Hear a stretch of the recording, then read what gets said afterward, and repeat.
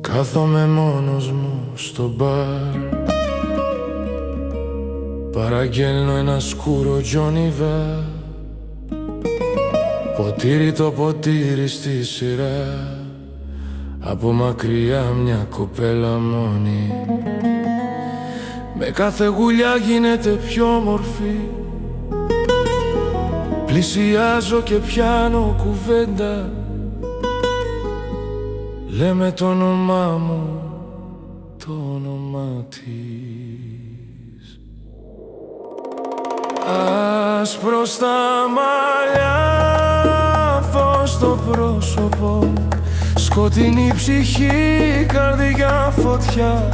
Μου λείπει η διασκέδαση, η χαρά.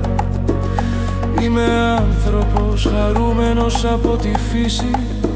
Μου λείπει το δίσκο, η πίστα, η μουσική.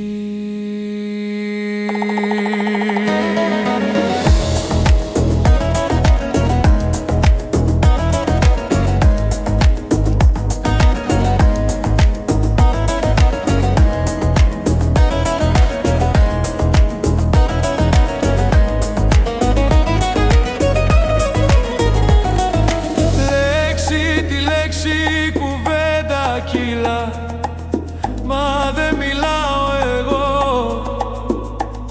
ο Τζόνι Βι μιλάει για μένα. Λέει όσα σκέφτομαι κι όσα νιώθω βαθιά.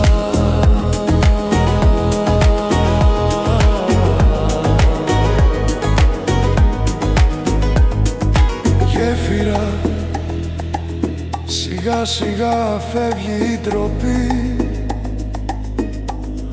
Ανοίγει η ψυχή μου, κάτι με τραβάει κοντά σου.